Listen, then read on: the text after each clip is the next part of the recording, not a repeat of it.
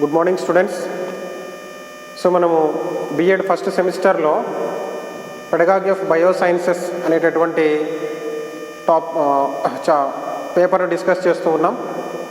ఇందులో భాగంగానే మనం లాస్ట్ క్లాస్లో ఇంట్రడక్షన్ అబౌట్ సైన్స్ అనేటటువంటి యూనిట్ని స్టార్ట్ చేసాం. ఓకే, సో దీంట్లో మనము బేసిక్ కాన్సెప్ట్ ఆఫ్ సైన్స్ అనేటటువంటి అంశాన్ని మనము డిస్కస్ చేసాం. Okay, what is mean by science and next definitions of science, okay, and other preliminary information we have discussed in the earlier class. Okay, and today we will discuss about the characteristics of science. Okay, అంటే విజ్ఞాన శాస్త్రం యొక్క లక్షణాలను గురించి మనం ఈరోజు discuss చేద్దాం. ఈ విజ్ఞాన శాస్త్ర లక్షణాలను గురించి తెలియజేసినటువంటి వ్యక్తి వచ్చేసి షో ఆల్టర్ అనేటటువంటి వ్యక్తి. ఓకే, ఆయన ఒక ఎడ్యుకేషనిస్ట్ అనమాట. Showalter and also other persons have classified and demonstrated this general characteristics of science. Okay, so ఇందులో మనం actually we have seen in the last class. So the meaning of science, the word science is derived from scientia, which means knowledge.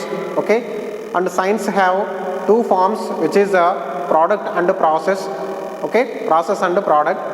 When we see the science in the mode of dynamic vision, we can see only the activities like classification, identification, okay, observation, okay, and doing definitions. All these kinds of activities are there in when we see the science in the mode of dynamic vision. And also it is called as the syntactic nature of the science, and it is also called as the form of liquid, అంటే ద్రవ రూపంగా కూడా దీన్ని చెప్పవచ్చు అని చెప్పాను. In the same way, when we see in static vision, we can see the science having only the principles, laws, okay, and predictions, some experiments like that. Okay, this kind of form is called as the hard state and ఘన రూపం అని కూడా అంటాం. Okay, or the metal state అని కూడా పిలుస్తాం దీన్ని.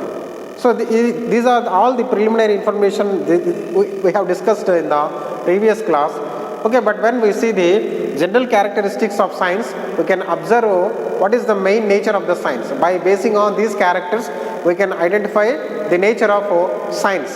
Okay, how the science helps to the human being.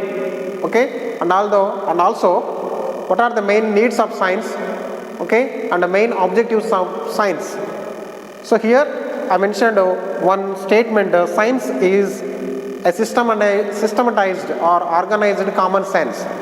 Okay, generally science is a systematized body of knowledge అని మనం చెప్పుకున్నాం. Science is called as a systematized body of knowledge అని మనం define చేసుకున్నాం. But here I mentioned science is also a systematized organized common sense అని కూడా చెప్తున్నాం. Science మనకు ఒక కామన్ సెన్స్ని కూడా ప్రసాదిస్తుంది. ఓకే, శాస్త్రీయ జ్ఞానాన్ని ప్రసాదిస్తుంది, శాస్త్రీయ వైఖరులను పెంపొందిస్తుంది. Science develops scientific attitudes among the humans and scientific values improves among the humans. Okay, and we are discriminated persons when we compare with other organisms. For example, human is entirely different from animals because human have the organized common sense. Without that common sense, the human is compared with animal, he is a different person, different race. అంటే జంతువులతో పోల్చినప్పుడు మానవుడు ఒక separate జాతిగా అభివర్ణించవచ్చు, ఎందుకంటే ఇతనికి విచక్షణ జ్ఞానం అనేది ఇవ్వబడింది. ఆ విచక్షణ జ్ఞానం వలననే అతను సైన్స్ని కనుగొన్నాడు అన్నమాట. విజ్ఞాన శాస్త్రాన్ని కనుగొంటూ వెళ్ళాడు. తన యొక్క నిరంతరమైనటువంటి అబ్జర్వేషన్స్ ద్వారా, పరిశీలనల ద్వారా విజ్ఞాన శాస్త్రాన్ని పరిశోధిస్తూ వెళ్ళాడు. ఓకే, అందులో అతనికి ఉపయోగపడ్డ అంశాలు ఏంటంటే జ్ఞానేంద్రియాలు, అంటే receptors are very very essential evidences for investigating the observations around him. అతని చుట్టూ ఏం జరుగుతుందో పరిశీలించడానికి ఇక్కడ అతను జ్ఞానేంద్రియాలను ఉపయోగించుకొని ఆ విజ్ఞాన శాస్త్రాన్ని అన్వేషించడం మొదలుపెట్టాడు. ఓకే, అలాంటి అన్వేషణల ఫలితంగానే విజ్ఞాన శాస్త్రాన్ని గురించి అతను వివరిస్తూ వస్తున్నాడు. Okay, for example, science knowledge is replicable. అంటే విజ్ఞాన శాస్త్రము అనేది ఎప్పుడు కూడా పునరావృతం అవుతూ ఉంటుంది. అంటే ఎప్పుడో నాగరికతలలో కనుగొన్నటువంటి ఒక చిన్న అంశము మళ్ళీ కొన్ని వందల సంవత్సరాల తర్వాత తిరిగి అదే అంశం పునరావృతం అవుతూ ఉండవచ్చు. సో కాబట్టి ఉదాహరణకు ఎప్పుడో 16వ శతాబ్దంలో కనుగొన్నటువంటి పిస్టన్ అంటే ఇంజెక్షన్ లాంటి ఒక అమరిక కలిగినటువంటి ఒక డివైస్, దాన్ని ఇప్పుడు కూడా తయారు చేస్తూ ఉన్నారు. ఓకే, కాబట్టి ఆ పిస్టన్ అనేది కనుగొనడం ఒక గొప్ప invention. In the same way చక్రం కనుగొనడం ఎప్పుడో కనుగొన్నారు, ఇప్పుడు కూడా ఆ వీల్ని మనము తయారు చేస్తూనే ఉన్నాం. రకరకాలైనటువంటి మార్పు చేర్పులను కలిగి ఉన్నాము ఇక్కడ ప్రజెంట్. ఓకే, సో కాబట్టి ఇక్కడ మనం క్రీస్తు పూర్వం కానీ అలాగే చరిత్రలో తీసుకుంటే అనేక సంవత్సరాల క్రితం, వేల సంవత్సరాల క్రితం మానవుడు మామూలుగా ఇక్కడ చారిత్రక యుగము, సంధికాల చారిత్రక యుగము, లోహయుగం ఇలాంటి యుగాలలో చూసుకుంటూ పోతే మానవుడు అక్కడ కనుగొన్న అంశాలు కూడా ఇప్పుడు పునరావృతం అవుతూ వస్తూ ఉంటాయన్నమాట. అదే ఇక్కడ ఈ పాయింట్ తెలియజేస్తుంది. In the same way scientific knowledge is tentative in nature. అంటే శాస్త్రీయ సత్యాలు సాపేక్ష సత్యాలుగా ఉంటాయి. ఈరోజు సత్యం అనుకున్న ఒక అంశము భవిష్యత్తులో మార్పుకు గురి కావచ్చు. సో ఉదాహరణకు ఐన్స్టీన్ మామూలుగా శూన్యములో కాంతి కంటే వేగంగా ప్రయాణించే వస్తువు లేదు అని ఆయన తెలియజేశాడు. కానీ ఇటీవల వచ్చిన ఇన్వెన్షన్స్ ద్వారా కాంతి కంటే వేగంగా ప్రయాణించగలిగేటటువంటి కణాలు ఉన్నాయి, వాటిని న్యూట్రినోస్ అని పిలుస్తారని చెప్పి ఒక కొత్త ఇన్వెన్షన్ వచ్చింది. కాబట్టి ఈరోజు మనం నిజం అనుకున్నటువంటి సత్యము రేపు కాలంలో అసత్యం కావచ్చు. కాబట్టి మనం ఎప్పుడు కూడా శాస్త్రీయ సత్యాన్ని సాపేక్ష సత్యంగానే భావించాలి. టాలమీ భూకేంద్రక సిద్ధాంతాన్ని ప్రతిపాదించినప్పుడు 1000 సంవత్సరాలు అదే కరెక్ట్ అనుకున్నారు. తర్వాత కోపర్నికస్ వచ్చి సూర్యకేంద్రక సిద్ధాంతాన్ని ప్రతిపాదించిన తర్వాత అప్పుడు కానీ ఇక్కడ సౌర కుటుంబం అనే కాన్సెప్ట్ ఎవరికి అందలేదన్నమాట. సో కాబట్టి ఇక్కడ శాస్త్రీయ సత్యాలు ఎప్పుడు కూడా సాపేక్ష సత్యాలే అని మనం చూడాలి. In the same way scientific knowledge is humanistic. Okay, and scientific knowledge is complete. అంటే విజ్ఞాన శాస్త్రీయ జ్ఞానము పరిపూర్ణమైనది మరియు మానవత్వం కలిగినదిగా మనం ఇక్కడ చెప్పవచ్చు. Okay, and scientific knowledge is logically related and dearly arranged knowledge of items. Okay, so ఇక్కడ శాస్త్రీయ సత్యాలు అనేటివి తర్కబద్ధముగా ఉంటాయి అని మనం ఇక్కడ చూడాలి. ఓకే, తర్కబద్ధమైనవిగా మనం ఇక్కడ చూడాలి. So in the same way science is a process and science is a product. Okay, and science have a critical discrimination. అంటే ఒక సంక్లిష్టమైనటువంటి విచక్షణతో కూడుకొని ఉంటుంది ఈ శాస్త్రీయ విజ్ఞానము అనేటటువంటిది. Okay, in the same way science is a cumulative knowledge. Science have the cumulative knowledge. అంటే విజ్ఞాన శాస్త్రం అనేది సంచితమైనది, అలాగే అంతులేనిదని కూడా చెప్పవచ్చు. అందుకే ఇక్కడ మనం ఒక డెఫినేషన్లో చూస్తాం, విజ్ఞాన శాస్త్రం అనున్నది సంచిత మరియు అంతులేని అనుభవాత్మక పరిశీలనల సమూహం అని అంటాం. Okay, scientific knowledge is cumulative and also organised sense అని కూడా చెప్పవచ్చు. విజ్ఞాన శాస్త్రం సంచిత అంతులేని అనుభవాత్మక పరిశీలనల సమూహం. అంటే ఇక్కడ experiences, which kind of experiences means observationable experiences అని కూడా చెప్తాం. సో కాబట్టి అలాగే ఇక్కడ సైన్స్ ప్రిడిక్ట్స్ ప్రొబాబిలిటీస్. అంటే విజ్ఞాన శాస్త్రము సంభావ్యతలను గురించి ప్రాగుప్తీకరిస్తుంది. సో ప్రొబాబిలిటీ మీన్స్ సంభావ్యత. సంభావ్యత అంటే జరగడానికి అవకాశం ఉన్నటువంటి అంశంగా చెప్పవచ్చు.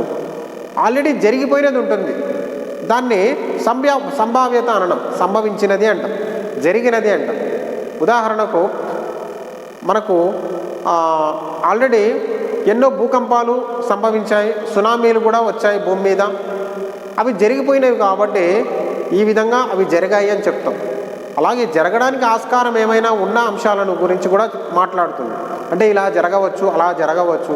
ఫర్ ఎగ్జాంపుల్, రాబోయే 10 సంవత్సరాల కాలంలో పాకిస్తాన్లో భయంకరమైన భూకంపం సంభవించవచ్చు, లేదా బంగ్లాదేశ్లో ఒక భూకంపం సంభవించవచ్చు. ఎందుకంటే based on the tectonic plates movement this can be identify the geologist. భూగర్భ శాస్త్రవేత్తలు దీన్ని చక్కగా అన్వేషణ చేయగలరు అన్నమాట. సో కాబట్టి సైన్స్ అనేది సంభావ్యతలను గురించి కూడా మాట్లాడుతుంది, సంభవించినటువంటి అంశాలను గురించి కూడా మాట్లాడుతుంది అని చెప్పవచ్చు అనమాట. Okay, science depends on observations. విజ్ఞాన శాస్త్రం అనేది ఎప్పుడు కూడా పరిశీలనల పైన ఆధారపడుతుంది. ఓకే, పరిశీలనల పైన ఆధారపడుతుంది అంటే ఖచ్చితంగా కళ్ళతో చూసి ఉండాలి. ఎవరో చెప్పింది, ఎవరో ఉదహరించిందని కాదు, ఇక్కడ మన కళ్ళతో చూసింది మాత్రమే నమ్ముతుంది అని చెప్తాం. Okay, but science develops scientific attitudes among the humans. మనుషులలో శాస్త్రీయ వైఖరులను పెంపొందిస్తుంది విజ్ఞాన శాస్త్రం అనేది. ఓకే, అలాగే science develops the scientific method among the humans, అంటే మనుషులలో శాస్త్రీయ పద్ధతులను కూడా డెవలప్ చేస్తుంది. ఓకే, సో అంటే ఇక్కడ మనం ఎప్పుడు కూడా మూఢనమ్మకాల్ని ఫాలో అవుతూ ఉంటాం. అంటే ఇల్లిటరసీ పర్సన్స్, నిరక్షరాస్తులైనటువంటి వాళ్ళు ఎక్కువగా ఈ మూఢనమ్మకాలను ఫాలో అవుతుంటారు. మంత్రాలు, తంత్రాలు, తాయెత్తులు అని చెప్పేసి ఇలాంటి పల్లెటూరులో చూస్తూ ఉంటాం. సో వాళ్ళ మధ్య అవేర్నెస్ తీసుకురావడానికి ఎన్నో సైంటిఫిక్ ప్రోగ్రామ్స్ అనేటివి మొబైల్ వ్యాన్స్ ద్వారా మనకు గ్రామాలలో తిరిగి వాళ్ళు చూపిస్తూ ఉంటారు. ఈ మంత్రగాళ్ళు, తంత్రగాళ్ళు ఏ విధమైనటువంటి మోసాలు చేస్తూ ఉంటారనే విషయాలను సైన్స్ ఎక్స్పెరిమెంట్స్ ద్వారా వాళ్ళకు అవేర్నెస్ తీసుకొస్తూ ఉంటారన్నమాట. సో కాబట్టి ఇక్కడ సైన్స్ యొక్క గొప్పతనాన్ని మనము చక్కగా తెలుసుకోవాల్సి ఉంటుందన్నమాట. సో ఇక్కడ ఒకటి చూసాం, science can be seen only the observations. Science can limits the predictions. Okay, and also the superstitions. విజ్ఞాన శాస్త్రం మన కళ్ళతో చూసినది మాత్రమే నమ్ముతుంది, ఊహాతీతమైనటువంటి విషయాలను నమ్మదు. ఉదాహరణకు విజ్ఞాన శాస్త్రము దేవుడు ఉన్నాడా అంటే ఉన్నాడు అని చెప్పదు, లేడు అని చెప్పదు అనమాట. ఓకే, ఎందుకంటే ఆ విషయం తన పరిధిలోది కాదు. పదార్థం ఉందా అంటే ఉంది అని చెప్తుంది. ఓకే, అంటే ఇక్కడ పదార్థమే యథార్థం అని మాట్లాడుతుంది సైన్స్ అనమాట.